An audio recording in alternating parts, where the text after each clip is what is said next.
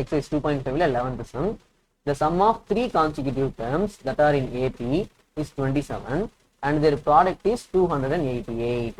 Find their 3 terms. Okay va?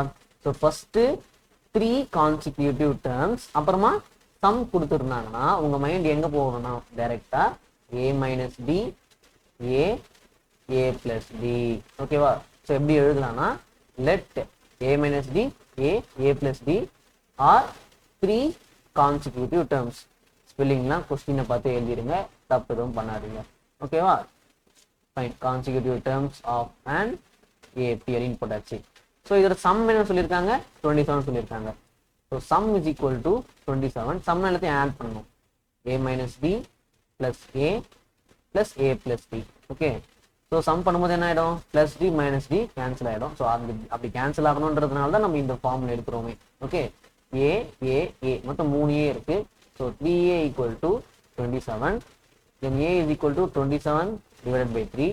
So value என்ன? 9. ஓகேவா? Fine.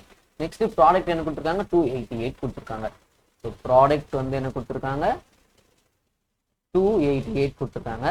So a minus b into a into a plus b equal to 288. Okay. So இங்கே பார்த்தீங்கன்னா இது a minus b a plus b, அதாவது a square minus b square ஃபார்மேட்டில் இருக்கு. கரெக்டா? So இங்கே d இருக்குன்றதுனால a square minus d square அப்படின்னு எழுதிட்டேன். ஓகேவா? ஃபைன். ஸோ இப்போ ஒரு வேல்யூ தெரியும்.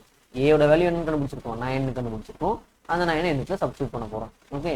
So this is 9 square minus d square into 9 equal to 288. நமக்கு வேண்டியது d ஸ்கொயர் மட்டும்தான். ஸோ இந்த 9 என்ன பண்ணலாம்? இங்கே டிவிஷனில் அனுப்பிடலாம். ஓகே. ஸோ 9 ஸ்கொயர்னா 81 minus d square equal to 288 divided by 9. So இப்போ கேன்சல் பண்ணிங்கன்னா எத்தனை டைம்ஸ் வருது? 3 times and 2. So this is 32 times வருது. 9 டேபிளில் கேன்சல் பண்ணிங்கன்னா 32 டைம்ஸ் வருது. ஓகே. கேன்சல் பண்ண தெரியலாம் சொல்கிறேன். See this is 3 times 28. அப்போ ரிமைண்டர் என்ன வரும்? 1 வரும். 18 அப் 2 times. ஸோ அப்போ 32 times. ஓகே. இது 1 times. Then 81 minus D square equal to 32. நமக்கு டி ஸ்கொயர் தான் வேணும். ஸோ இதை அனுப்பிடலாம். Then 81 minus 32 equal to D square.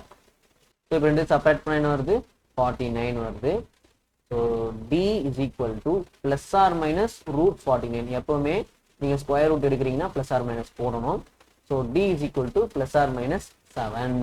ஓகேவா? ஸோ இப்போ ரெண்டு கேஸ் இருக்கு.